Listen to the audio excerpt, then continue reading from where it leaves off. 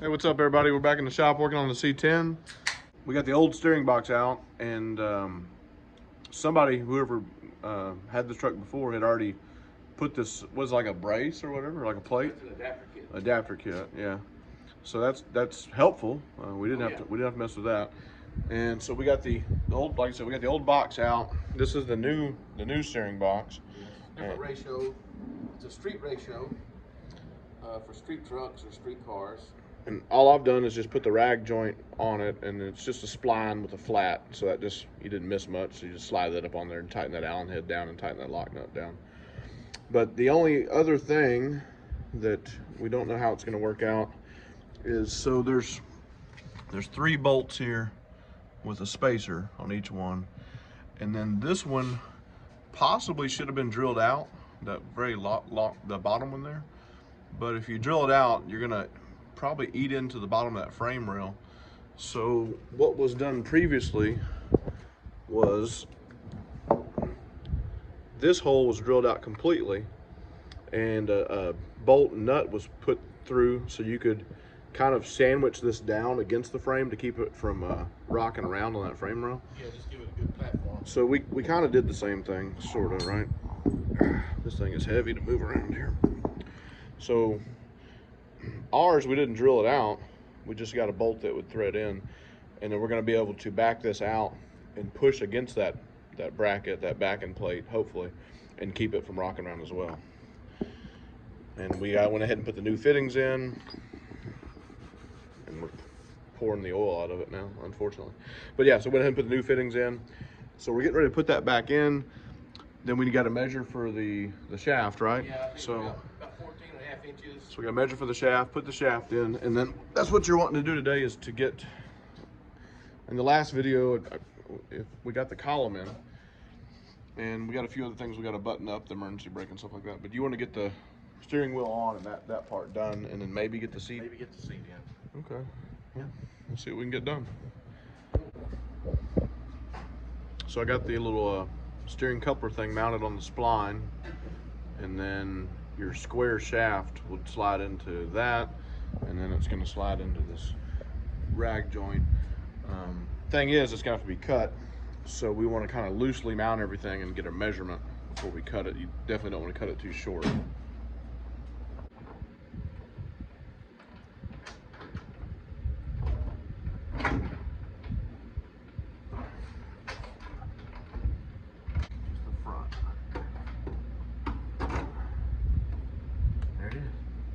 Looks good. Yeah, it's going. Yep, going. We finally got it. Yeah, going all the way through. Is the spacers in there? Good.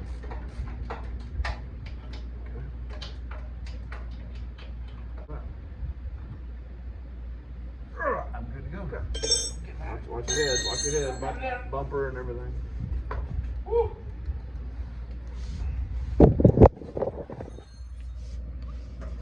All right, so that was a little bit harder than expected, but it's in. So you got those 3 bolts, and there's a spacer that keeps it spaced off that plate.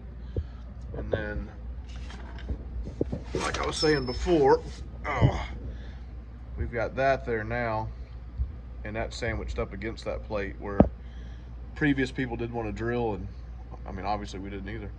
So it's tight, it's on there, it ain't going nowhere. And yeah, I think it was heavy holding it up there. But anyway, so now I gotta back this back out here, and it gets a lock washer. So this gigantic lock washer goes there, and then we'll put that nut on and tighten that up. So we measured for the shaft that's going to go from the column to the steering box, and we got 16 and 3/4. One thing to keep in mind is you do have adjustment right there. So you probably got, I don't know what that is, 1/2 inch, give or take, something like that, that this column can slide back and forth 1/2 inch. It is a full solid bar. It's called a double D. Okay. Double D bar. I like those. So it looks like we got, if we screw up, it looks like we got enough to screw up twice. Yes. Exactly. Cool.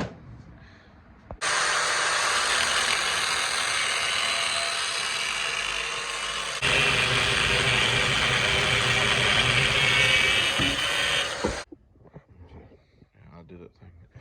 So I went in and took the rag joint out. I don't know if you can see it. The Allen head bolt is all the way out far as it'll go. If I take it any further, I think it's going to try to break. It just won't come out any further. But it's still poked in enough to where the bar hits and will not go slide in. So we were trying to do this without pulling the rag joint apart, but so you can see this one comes out enough where it's not an issue, but this one here. So we're gonna have to do a little filing, I reckon. See what I mean? Oh yeah. It's poking through enough to where it won't allow the bar to slide in. They don't cover that in this thing here, like how to modify the stuff because it was built wrong. All right, so I got the shaft in, rag joints back on. Our measurements looked like they worked out pretty good. Got a little bit of a gap. This passes all the way through that coupler thing here, and then it ends right about at the flat of this rubber. So it could go a little bit further if you wanted it to, but there's no reason to. It bottoms out here. There's a flat that it bottoms out on in here. And I mean, I got all the little jam nuts and Allen nuts tightened up. Now I'm gonna center the wheel back up, maybe, give or take, where I think it's kind of center, something like that. And yeah, so it's coming together. All right, so we got the electrical stuff on the column hooked up, which wasn't bad. It's just way up underneath here. And then you got a big plug that's nobody can see, not even me, but I got it on there. And then you got the tilt part of the wheel, which is just this lever, and it threads in right here. So that's pretty simplistic. Right, I get my assistant to. There we go. Yep. Cool. Now you got a tilt wheel, right? And then Oh yeah. Oh, look at that. And then this, it just screws. This is your hazards. Now it has. Truck never had hazards before. Now it's gonna have some. So it said to thread this in until it bottoms out, and you can, I guess, push it and pull it. Okay. Then this goes in the round hole, and then you put the screw in. There's a D-shaped hole. See the. I'm not even. I'm pointing way over here. Yeah. I know. So there's this D shape. Right. You pass that up, and then you line the okay. right. So you just, this goes in like that, and then you thread this. It's a rather large looking Phillips head, but that's what they said to use. It's gonna fit. You have to get this other thing out of the way. So, if we spin this thing and put it over here, then we'll have that cutaway to do it with. Will the thing spin? Like that. Okay. Yeah. Now put this in the D-hole. D-hole. Yep. Yeah, I can't do it. Well, so this just slides in there, and you pass up that D hole and go to the round hole, right? Then you get this big, huge Phillips head they gave you, and you just tighten it up. And now you should have blinkers somehow. Somehow all this works.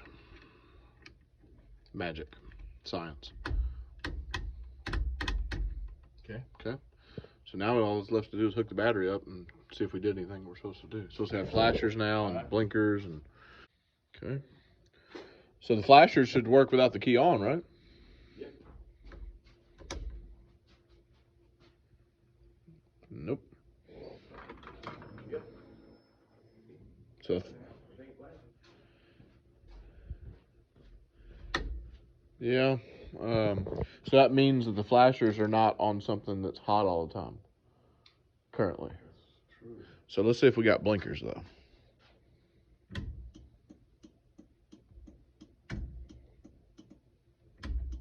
Yep. Okay, so we got blinkers. So it's just the flashers, yeah.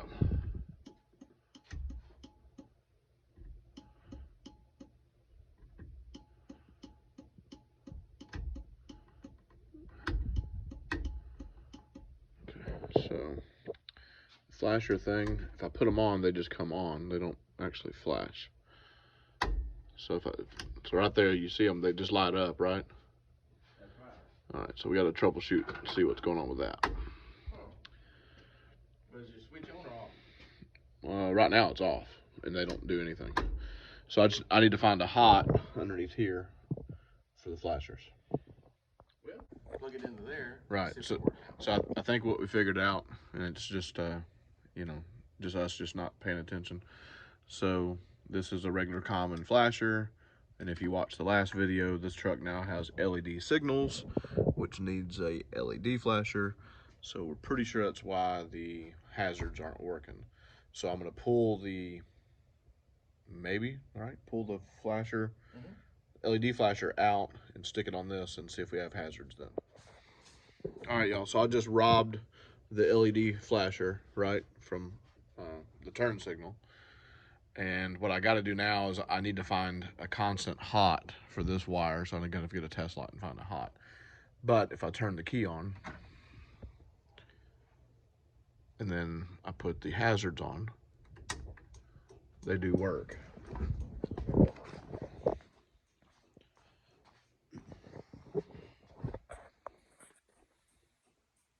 So they do work. We just need to get another LED flasher, and I gotta find a all the time hot. All right, so I found this here is a key off hot, so it's hot when the key's off, and it's hot when the key's on. He had this wire going to it, but luckily the way they do this, they give you this little pigtail, so you're able to plug this in and then still plug whatever you had into that, if that makes sense. So all we need now is just another one of these, right? But so the key is off, and they don't light up on the dash, which I think is probably has something to do with the Dakota Digital possibly. But they are flashing. I can see them flashing up there. So if I turn the dash on, they'll flash then, right? So, but you can hear that. But yeah, so with the dash off, they don't flash. But that's fine, right? I mean, whatever. No big deal. All right, so I got the wires kind of tidied up. They don't look the best from here, but so when he gets the LED flasher, I left it where he can plug it in right there, and it'll stay nice and tight.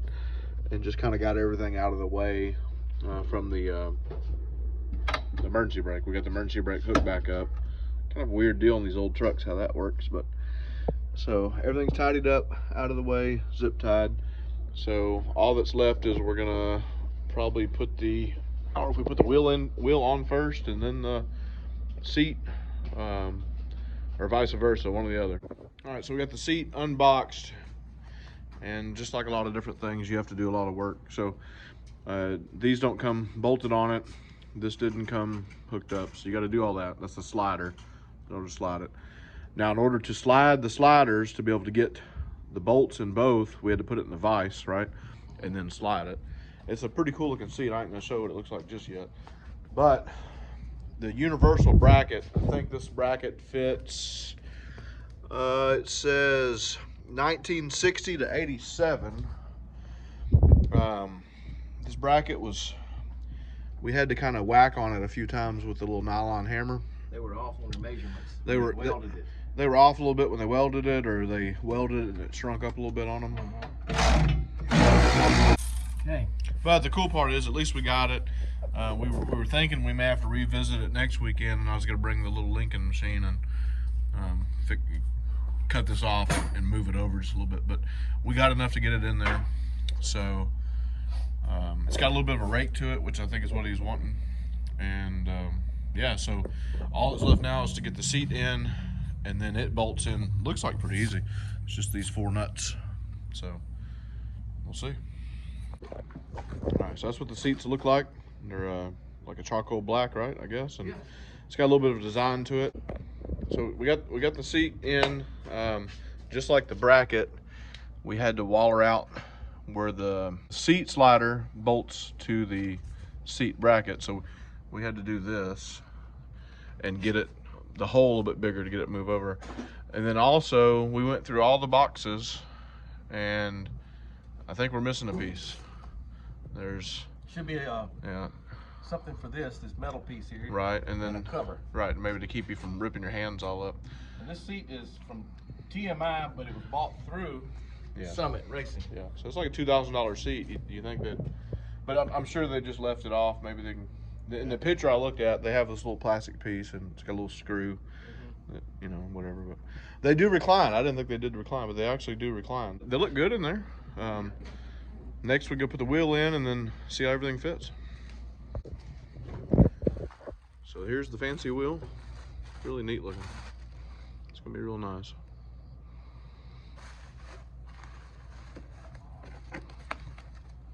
Forever Sharp makes it.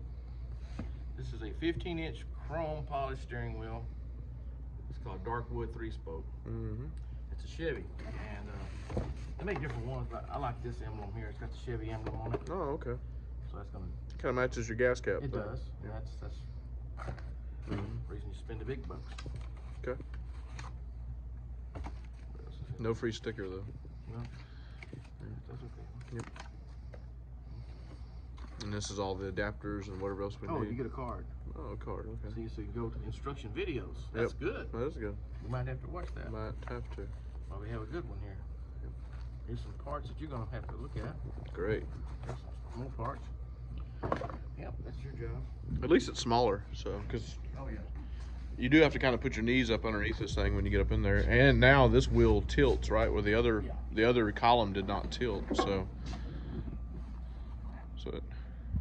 Oh yeah. Horn trying to go.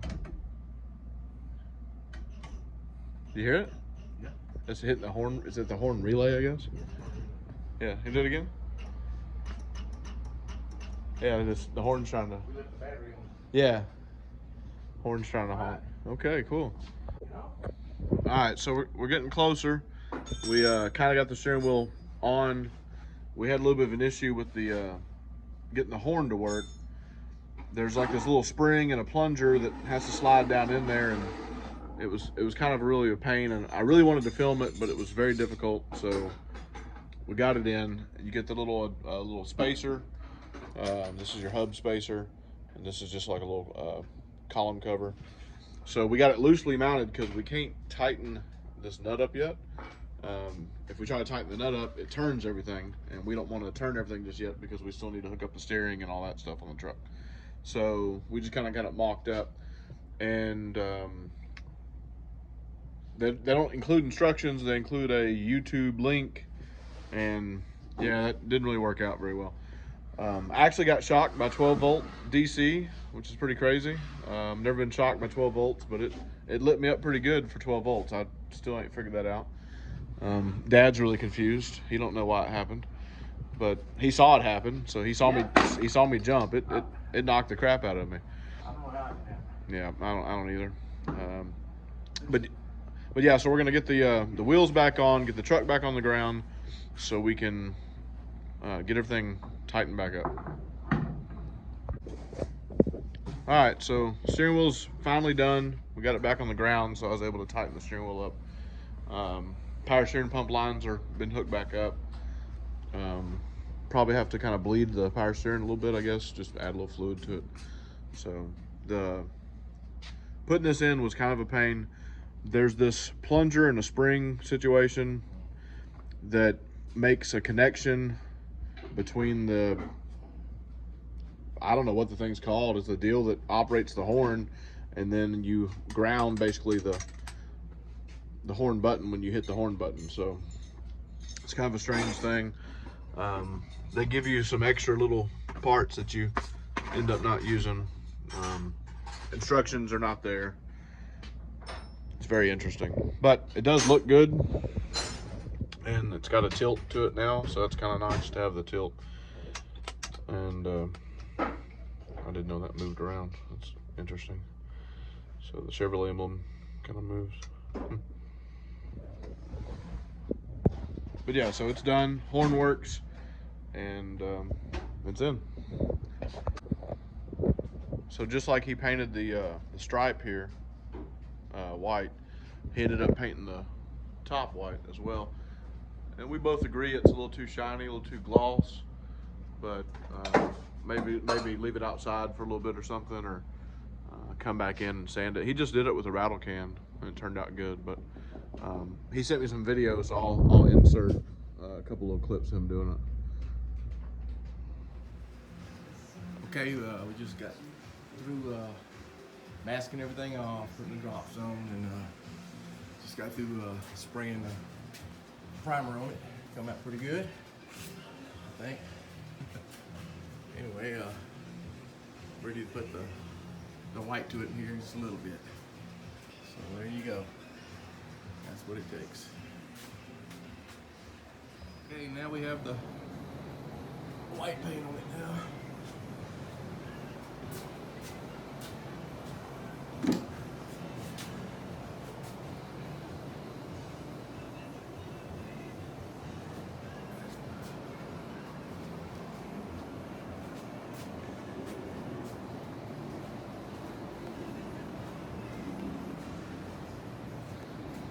Let it sit here and bake in this hot garage here. And,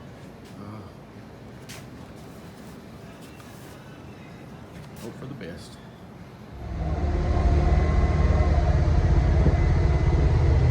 So we're out doing a little test drive, trying out the steering box. Yeah. Making sure we get all the air out of it.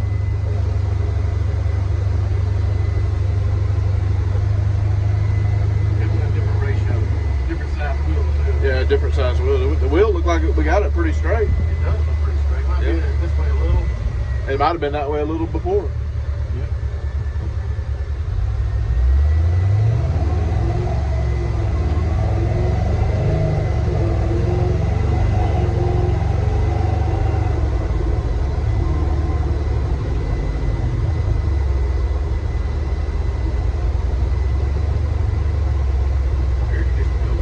Yeah, the AC's working great. That windshield looks good. Yeah, it's nice. We need to clean these. These are looking pretty crappy. Yeah, we need to bend over there. Yeah. Well.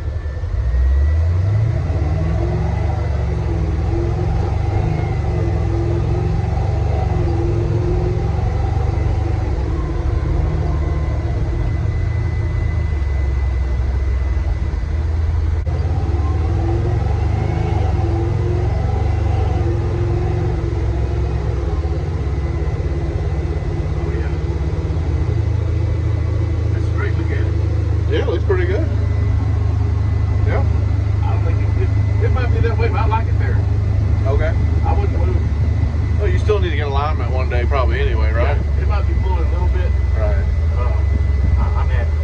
Good. I'll be able to hear it a little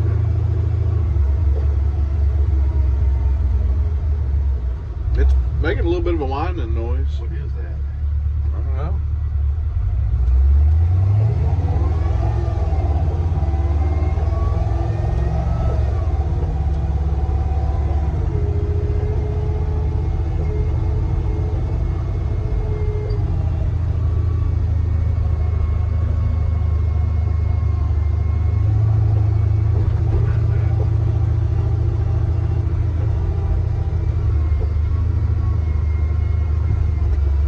I think it's the pump.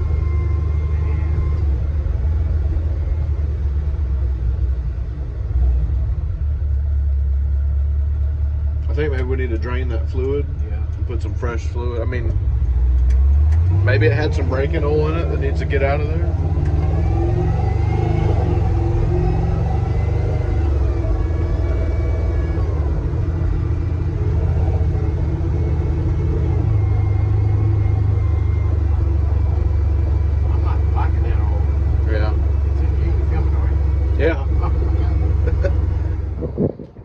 on the test drive back, the power steering pump started making one hell of a whining noise, real loud. So we came back here, we drained the fluid out of it, we put some fresh fluid in it, and went driving again, and it's real bad. So as y'all know, we did all this motor work and the front end accessory kit and all that stuff not too long ago. None of this stuff is that old. And then we just put the new steering box on today. So the only thing that we can think of possibly that happened is there was some trash from this. These are all rebuilt. You don't get brand new steering boxes anymore. So when this got rebuilt, there was some trash or something in it.